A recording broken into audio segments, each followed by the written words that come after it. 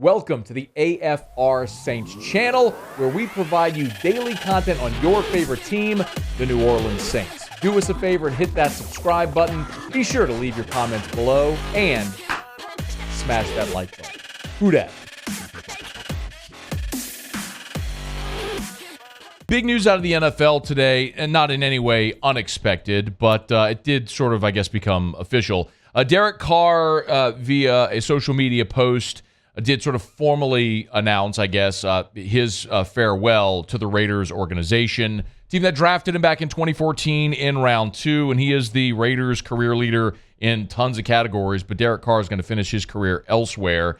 It could very well be in New Orleans. Saints are a quarterback-needy team. So let's find out everything we need to know about this. Adam Hill was good enough to join us earlier this year when the Saints played the Raiders, and good enough to jump aboard with us here. Adam, we appreciate the time, man. How are you? I'm good. Don't remember much about that trip to New Orleans. The game was kind of boring and good for you guys, I guess, but pretty boring game, but a wild weekend for sure. One of the very few very good games that the Saints had all year. I know you can empathize. Okay, so let's just start from the beginning. How did the Raiders get to this point with Derek Carr? You know, it's been a weird situation. The way I always describe Derek Carr is he's too good of a quarterback for you to just move on from, but not good enough for you to win at the highest level. And it's a really terrible spot to be in the NFL. Like you have like the 13th, 14th best quarterback on planet Earth. So there's like 12 better options out there. Can you get one of them?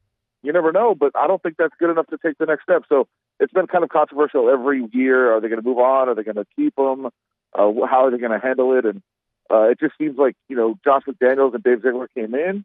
They wanted to give him a year. They're coming off a playoff berth last year. They can bring in Devontae Adams, one of his close friends. And, they wanted to give it a year. And that's why they signed him to a contract that was basically a one-year deal.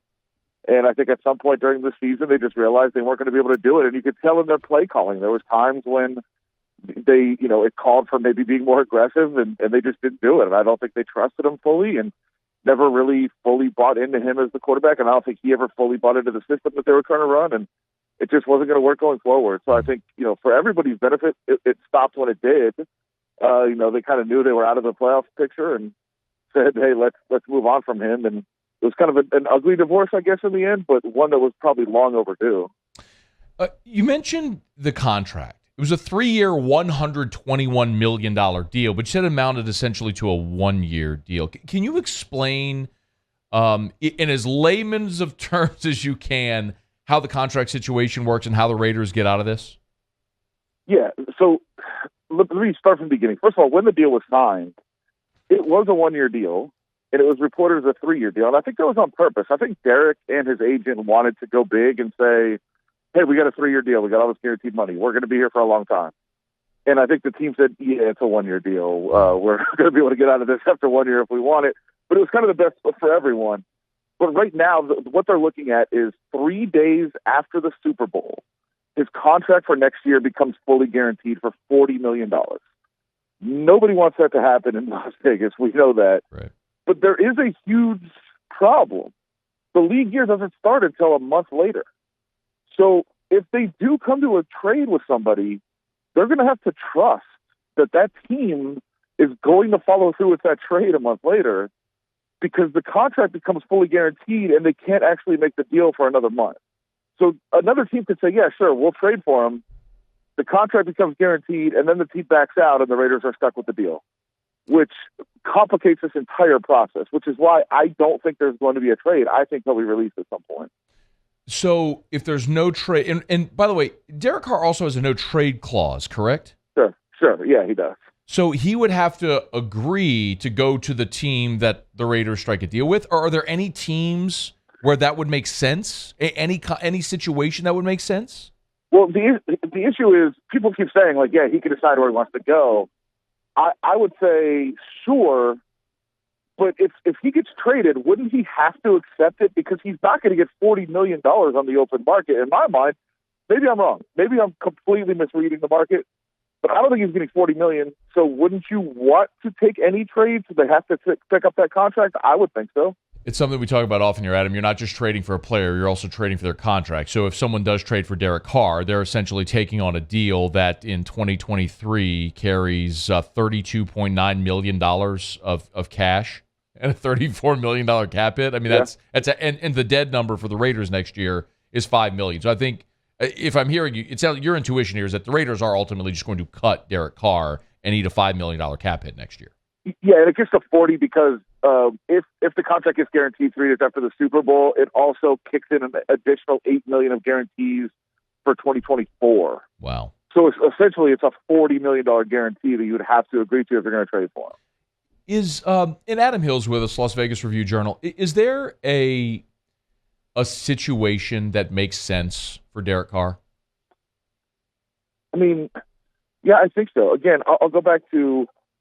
I'm not meaning this to trash it because I think it's a very impressive thing to be, the 12th to 15th, 16th best quarterback, whatever you want to say, for sure. But I do think it has to be the right spot. I think there's a couple of things. One, Derek is and again, I don't want this to come off wrong. He is a very sensitive person. And I don't think like a New York market makes sense. I hear people talking about the Jets. I don't know that makes sense for him in terms of dealing with the media on a daily basis there.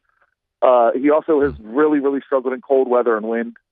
So I think that would be, probably not the best move. A place like New Orleans, good defense. He's never had a great defense in his career. I think playing with a good defense could be helpful. I think playing indoors could potentially be helpful like it is here because he doesn't have to go outside and play outdoors a lot. So I think favorable conditions weather-wise and favorable conditions media-wise are probably the best option. So Jets, Saints, the list. Colts. Okay. Any other? Like, what are the other teams that? I mean, you've been through this. I'm sure the whole list. What other teams might make sense? I mean, the Colts and Jets were at the top of my list at the beginning. I just don't think the Jets would work out. So the Colts have always kind of been one that I thought, yeah, that's possible. Okay. It also depends what happens with some of the coaching moves and things that happen here and who really believes in them and who thinks they can do something with them. So I think that there are going to be more options open, and we don't know. There's going to be a lot of movement in the quarterback market too. Yeah. So who ends up with the shuffle? I think he is a starting quarterback in the league, and I think the conditions have to be fairly favorable for him to have success. Do you anticipate there being a market for Carr in the sense of you said obviously nobody's going to pay Derek Carr $40 million next year, but is it something where like the Saints just did a 1-year deal with Andy Dalton? Prior to that, they did a 1-year deal with Jameis Winston. They're in a very similar situation to the Colts with this sort of retread purgatory. Is Derek Carr a guy that you think will just take a 1-year flyer somewhere, or is someone likely to commit more to him? Well, I don't think he's going into this process believing he's a 1-year deal guy. Okay. That can change, right? I mean, from what I understand, the original discussions that the team has had have not been very fruitful, but that, of course, involves the $40 million. So I think, that market is probably fairly cool. So then he can go and be a free agent and decide where he wants to go. And I'm sure that there's going to be teams that maybe start to panic if he waits in the process and, somebody really needs a quarterback and thinks they're a quarterback away. That could maybe set the market a little bit for him. But I think that there's going to be interest, but I don't think there's going to be, people that are willing to blow him away with some massive deal like he probably thinks will. Okay. An on-field question. How much more? He'll be 32 in March. How much more does Derek Carr have left in the tank? It's an interesting question.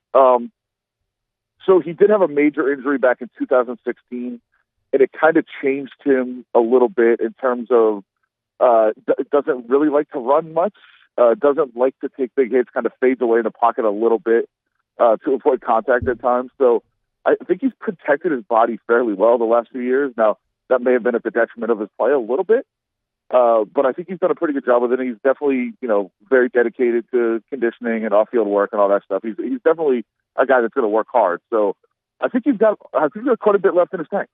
I think that's something that he can play at a pretty high level for the next couple of years, and I don't think people should be too worried about that part of it. Adam, if I asked you to guess today, and again, I mean, just to guess, what do you think happens here with Derek Carr? How does the situation play out? I think he's released, and I think that he can explore whatever he wants to explore out there. And again, I think there's connections, with certain different coaches and people around the league, and I think some people have certain feelings about how a lot of this is played out. I know there's some disagreement over why he left. Did he leave? Did the team ask him to leave?